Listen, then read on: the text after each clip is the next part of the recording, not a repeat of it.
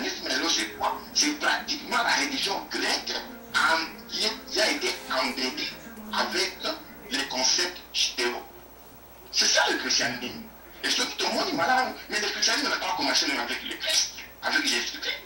Le christianisme n'a pas formé de causes avant, ça a commencé en 350 avant Jésus-Christ. Avec Pélétomée. Pélétomée sur terre. Pour la salle qui est venue. Waste of time. Jean a dit, c'est à Serapis Christos. Et pas à tête de Serapis Christos. C'est quand? C'est 300 ans avant la naissance de Hérojo. Nous sommes dans la recherche. Nous devons dire concernant les 10 commandements, que 10 commandements, parce que ça qui Moïse ne pas comment on la tablette. Mais quelle aberration! Mais bon, il ne peut pas l'habitude. Mais Moïse a grandi en Égypte. Il a appris toute la sagesse égyptienne. Mais dans la sagesse égyptienne, il y avait le math. Le math, il a 42 confessions négatives. Mais 42 confessions négatives, voilà, dans un antique commandement sur la fête. Moïse connaissait ça très bien en tant qu'être d'amour. Il va dire, malade. Le jour où il y a ce qu'il fallait qu'il n'a monté pas de ça, à répéter aux gens. Pour le matin, on va ça recommander. On a copié ces références dans le blog, à qui dans le blog, on a passé la voie à Tiopa. .blogspot, donc http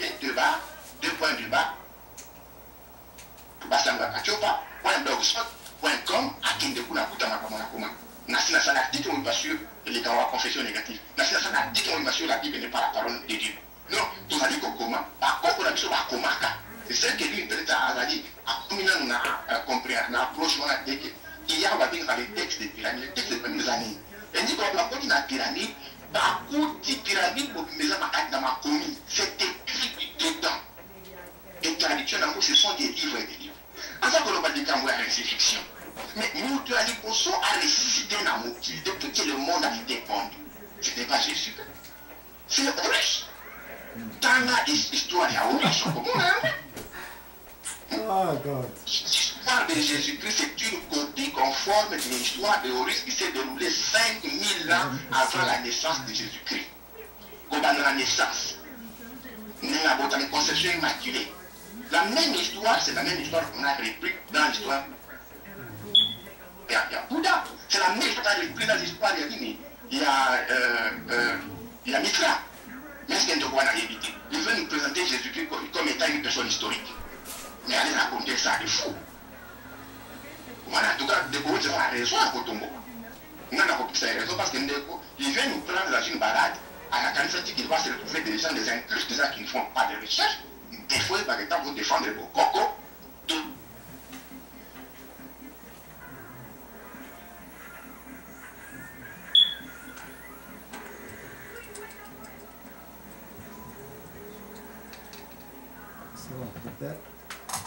na kanisi donc paye asili kokata na bama batata bandeko vraiment bolibisi donc pe azali koyokana lisusu te donc pe akatani bolibisi vraiment na yango bama batata bandeko tozali kokoba toujours si 3 fois double radio na biso kachopa.com radio RBK na yango bama batata bandeko vraiment awa ezali nde opesi mwa boy alors ndeko zabwana vanda bobele kimia ndeko tokopesa wa maloba okoloba oyo yoki yo note kaka baninga baza kono ya mais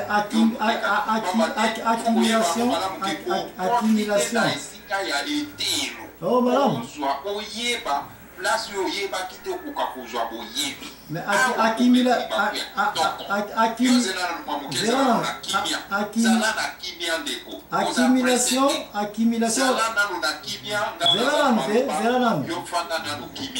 nous sommes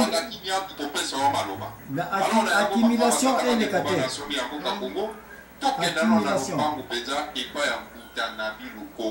oui mais ndenge ndeko za bwana Joachim azali koloba. Mais na lobi boye, ou bien to yokani non zela. Ou bien je coupe. Zela ou bien je coupe parce que autorité au commis qu'on soit. Et ça ne se fait pas comme ça. Mais alors, rôle na yo. Zela note.